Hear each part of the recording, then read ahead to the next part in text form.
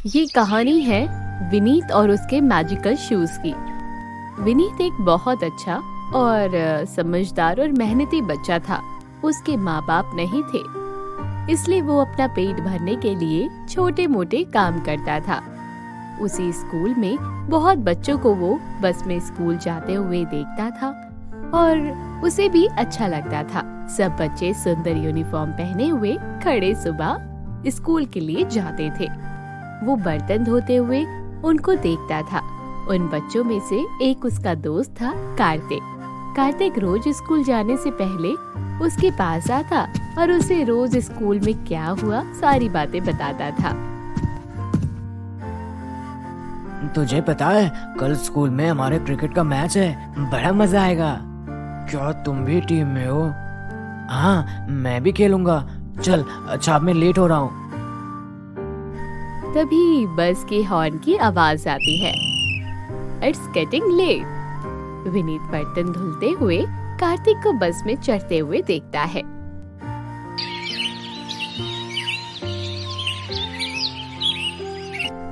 विनीत ढाबे पे झाड़ू लगा रहा होता है और कार्तिक दौड़ा दौड़ा आता है और विनीत को अपने न्यू शूज दिखाता है। ये देख, मेरे नए जूते पापा ने कल दिलवाए क्योंकि आज मेरा मैच है। अरे वाह, ये तो बहुत अच्छे जूते हैं। इससे तुम और भी तेज दौड़ पाओगे। हाँ, ये बहुत सॉफ्ट एंड कंफर्टेबल हैं। इनमें मैं बहुत तेज दौड़ पाता हूँ। चलो, मैं जाता हूँ, मुझे देर हो रही है। बाय विनीत। बाय कार्तिक। तभी एक भिखारी दुकान पे आता है और विनीत से कहता है, बेटा, मुझे बहुत भूख लगी है, कुछ खाने को मिलेगा? थोड़ी देर सोचता हुआ वो इधर उधर देखता हुआ कहता है, बाबा, खाना तो अभी बना नहीं, लेकिन मैंने ये चाय बनाई है और ये मेरे बिस्कुट है, आप खा लो। अगर मैं तुम्हारा खाना खा लूंगा तो तुम क्या खाओगे? मैं कुछ खा लूंगा, कोई बात नहीं। विनीत भिखारी को चाय और बिस्किट दे देता है। भिखारी खाता है और अपना पेट मलता हुआ खड़ा हो जाता है। शुक्रिया विनीत, मुझे बहुत भूख लगी थी, मैं 2 दिन से भूखा था। कोई बात नहीं बाबा, हमें एक दूसरे की मदद करनी चाहिए। भिखारी अपने झोले में हाथ डालता है और कुछ ढूंढता है और वो झोले में से शूज निकालता है और उनको विनीत के सामने रख देता है। वो जूते बहुत सुंदर और जादूमयी चमक रहे होते हैं। रंग बिरंगे बहुत सुंदर शूज थे वो। बेटा, ये जूते मैजिकल हैं, इनमें मैजिकल पावर्स हैं। इनको पहन के तुम बहुत तेज दौड़ सकते हो, बहुत ऊंचा जंप कर सकते हो और तुम्हारे पैरों के लिए भी बहुत कंफर्टेबल है। ये कभी पुराने नहीं होंगे, हमेशा नए जैसे रहेंगे। हर सुबह अपने आप नए जैसे हो जाएंगे। विनीत बहुत हैरानी से सब कुछ सुन रहा होता है और देख भी रहा होता है। बाबा, पर मैं इन्हें नहीं खरीद सकता, मेरे पास इतने पैसे नहीं हैं। अरे बेटा, ये तुम्हारे लिए गिफ्ट है मेरी तरफ से। तुमने मुझे खाना खिलाया, मैं कई जगह गया पर किसी ने मुझे खाना नहीं दिया, पर तुमने मुझे अपना खाना दिया और मेरी मदद की, इसलिए ये तुम्हारे लिए है। बाबा, सच में? हाँ हाँ, सच में। विनीत भिखारी से जूते ले लेता है और उनको पहन के जंप करता है और ढाबे के रूफ से भी ऊपर जंप कर पाता है। वो रन करता है और बहुत तेज दौड़ता है। वो बहुत खुश होता है और बहुत हंसता है। थैंक्स बाबा, मुझे ये शूज बहुत अच्छे लगे और मुझे एकदम फिट भी आ गए। अच्छा, मैं चलता हूँ, लेकिन याद रखना, इन जूतों को हमेशा दूसरों की हेल्प के लिए या अच्छे काम के लिए ही यूज करना। अगर तुमने किसी को हर्ट किया तो शूज का मैच ही खत्म हो जाएगा। जरूर बाबा। भिखारी चला जाता है। कार्तिक को दिखाऊंगा मेरे नए शूज, उसको भी बहुत अच्छे लगेंगे। विनीत पीछे जंप करता रहता है। विनीत दुकान में काम कर रहा होता है। तभी एक डॉग रोड क्रॉस कर रहा होता है। इतने में एक बस बहुत तेज आ रही होती है। बस डॉग से टकराने ही वाली होती है कि सब लोग चिल्लाते हैं, अरे इस डॉग को बचाओ।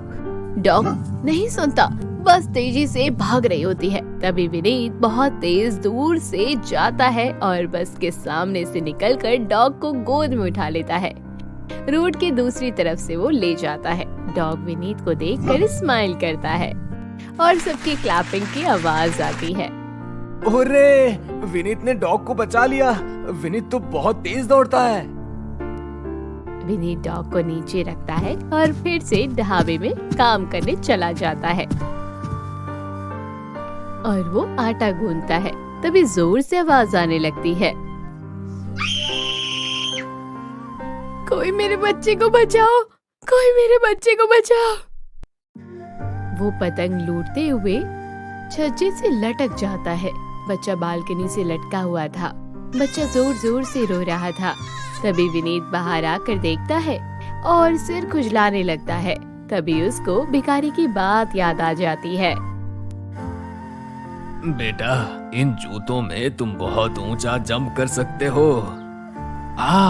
आइडिया। विनीत जंप करता है। पहले हल्का उछलता जाता है, फिर जंप करता है और फिर ऊपर जाता है, फिर जंप करता है, फिर थोड़ा और ऊपर जाता है, फिर जोर से एक पैर से हिट करके जंप करता है और वो बच्चे के पास पहुंच जाता है। डरो मत, मेरी गोद में आ जाओ। बच्चा डर जाता है।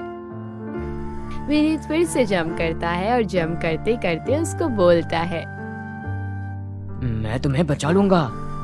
बच्चा डरता है। विनीत फिर से जंप करता है और बोलता है, मुझ पे भरोसा करो, मैं तुम्हें कुछ नहीं होने दूंगा। नीचे से बच्चे की माँ की आवाज आती है, बेटा प्लीज तुम विनीत को पकड़ लो। विनीत फिर से जंप करता है और बच्चा विनीत की गोद में आ जाता है। विनीत की गोद में बच्चा होता है और उसकी आंखें बंद होती है। तभी वो धीरे से आंख खोलता है और एक और गोद से जंप करते हुए विनीत को हग कर लेता है। थैंक यू मुझे बचाने के लिए। अब कभी पतंग के पीछे नहीं भागूंगा।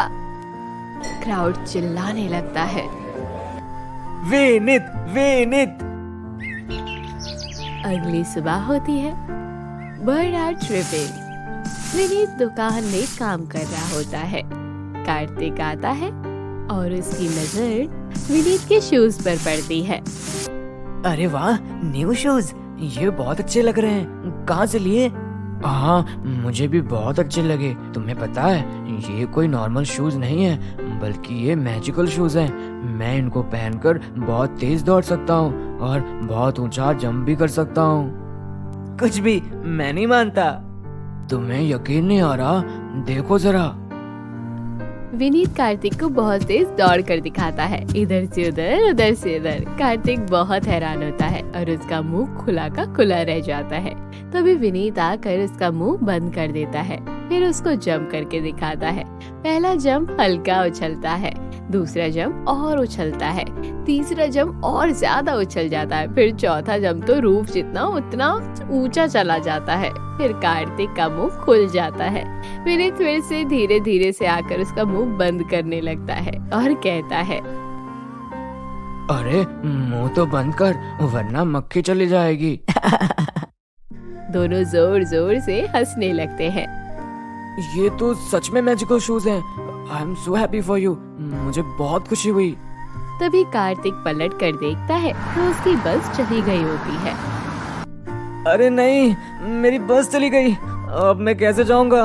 मुझे पापा से बहुत डांट पड़ेगी।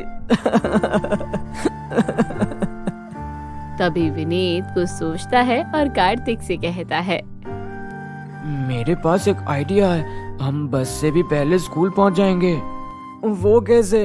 ये तो पॉसिबल नहीं है। मेरे पास तो तुम्हारे जैसे मैजिकल शूज भी नहीं है। तुम उसकी चिंता मत करो। तुम्हारी साइकिल कहाँ है? यही घर पे है। जाओ जल्दी से साइकिल लेकर आओ। लेकिन साइकिल से मैं बहुत लेट हो जाऊंगा। हम कभी भी टाइम से नहीं पहुंच पाएंगे। वो तुम मुझ पे छोड़ दो। जाओ जल्दी से साइकिल लेकर आओ। कार्तिक साइकिल लेकर आ रहा होता है। तुम साइकिल पे बैठ जाओ। कार्तिक साइकिल में बैठ जाता है। अब मैं साइकिल को पीछे से धक्का दूंगा, तुम कसकर पकड़ना, डरना मत। विनीत साइकिल को पुश करता है। कार्तिक डर जाता है और साइकिल से टेढ़ा मेढ़ा होकर गिरने लगता है और फिर पैर फैलाकर और चिल्लाता है। अरे नहीं, मैं गिर जाऊंगा, नहीं नहीं, मुझसे नहीं होगा। मैं तुम्हें कुछ नहीं होने दूंगा, बस तुम कस कर पकड़ो। विनीत पुश करता है और साइकिल बहुत तेज जाती है और वो बहुत तेज जा रहे होते हैं। वो बस को भी क्रॉस कर जाते हैं। कार्तिक बहुत खुश होता है। विनीत भी पीछे पलट कर देखता है तो वो बस को भी पीछे छोड़ जाते हैं। दोनों स्कूल पहुंच जाते हैं और स्कूल के सामने आकर रुक जाते हैं। बोला था ना, हम बस से भी पहले स्कूल पहुंच जाएंगे। लो, हम पहुंच भी गए। थैंक यू विनीत, अगर तुम नहीं होते तो आज मेरा स्कूल मिस हो जाना था। स्कूल की बेल की आवाज आती है। चलो अब जल्दी जाओ, स्कूल स्टार्ट हो गया। हाँ जाता हूँ, बाय, फिर मिलेंगे। विनीत वापस जा रहा होता है, गुनगुना रहा होता है, मस्ती में चलता हुआ अपनी। अभी थोड़ा आगे ही जाता है कि तभी पीछे से आवाज आती है। चोर चोर, वो मेरा फोन लेकर गया है, पकड़ो पकड़ो। विनीत पलट कर देखता है कि एक चोर बैग लेकर भाग रहा होता है। विनीत दौड़कर टीचर के पास आता है और पूछता है, क्या हुआ टीचर? मेरा फोन, मैं बात कर रही थी, इतने में चोर पीछे से आया और मेरा फोन छीनकर भाग गया। आप परेशान मत हो टीचर, मैं अभी आपका फोन लेकर आता हूँ।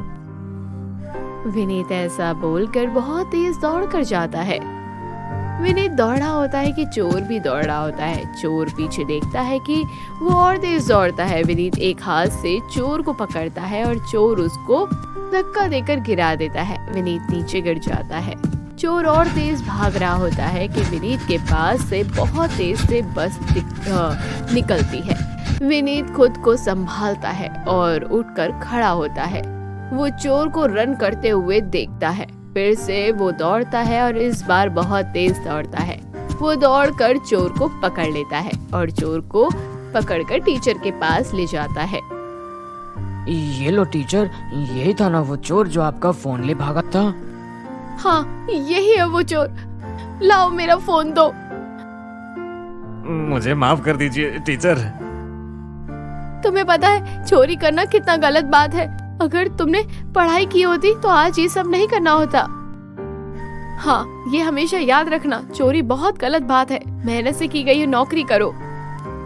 चोर चला जाता है। टीचर विनीत को देखती है और उसके सर पे हाथ रखती है और उसको कहती है, थैंक यू बेटा, तुमने अपनी जान जोखिम में डालकर मेरा फोन बचाया। तुम बहुत बहादुर बच्चे हो। कोई बात नहीं टीचर, हमें एक दूसरे की मदद करनी चाहिए, मैंने वही किया।